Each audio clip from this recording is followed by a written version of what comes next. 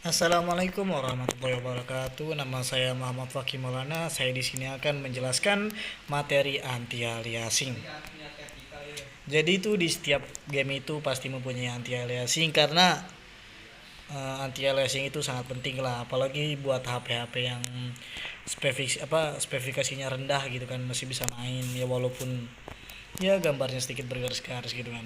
Oke, di sini saya akan membuka pengaturan dan anti aliasing itu ada di bagian grafik. Oke. Dan di bagian anti aliasing ini ada rendah, tinggi dan sangat tinggi. Jadi kemungkinan nih kalau misalkan anti aliasing itu di bagian efek AAA, kita tuh mempunyai kelebihan. Yang pertama itu sangat ringan dan tidak membebani performa. Jadi itu kalau anti aliasing ini nyala, kita jadi enteng lah gitu. Dan yang kedua itu mempunyai kekurangan.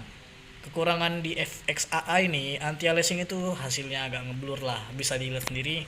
Ini gambarnya tidak terlalu bagus gitu kan, dan detail gambarnya sedikit menurun mungkin, dan sangat cocok lah buat di HP-HP yang rendah gitu kan.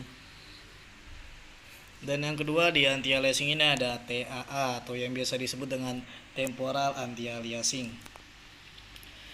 Jadi tuh di sini di TA ini mempunyai kelebihan. Yang pertama, kualitasnya lebih halus dan mengurangi noise. Apa sih itu noise? Noise itu kayak gambar-gambar yang blur, gambar-gambar yang kurang enak dilihat gitu kan. Habis itu kalau misalkan di TA ini mempunyai kekurangan, ya lebih berat lah. Kadang efek ghostingnya suka bergerak nih, efek-efek yang di bawah-bawahnya nih sering bergerak gitu kan. Dan di TA ini cocok untuk HP-HP yang tinggi kan. Di bagian ini, di grafik ini ada bagian tinggi kan.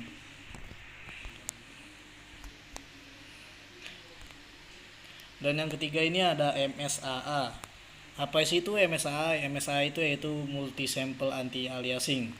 Jadi itu MSAA ini mempunyai kelebihan. Yang pertama itu detailnya lebih tajam pada objek 3D, apalagi kan di game Crystal of Atlan tuh game 3D, jadi ya dilihat lebih tajam, lebih enak lah, lebih kayak asli gitu kan. Dan TA ini mempunyai kekurangan, lebih berat dibandingkan FXAA dan TAA ini nih, karena HP saya kurang support, jadi kita nggak bisa ke yang sangat tinggi ya. Dan yang ke selanjutnya itu ada SMAA, subpixel morphological anti aliasing. Jadi ini di sini di MSA ini mempunyai kelebihan. Yang pertama itu kualitas tajam seperti MSA tapi lebih ringan. Jadi itu MSA tuh lebih ringan lah dibandingkan yang MSAA gitu kan.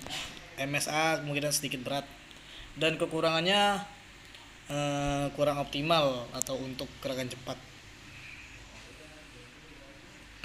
Di sini nih ada yang sangat tingginya. Ya kira-kira segitu penjelasan dari saya, kurang lebihnya mohon dimaafkan. Assalamualaikum warahmatullahi wabarakatuh.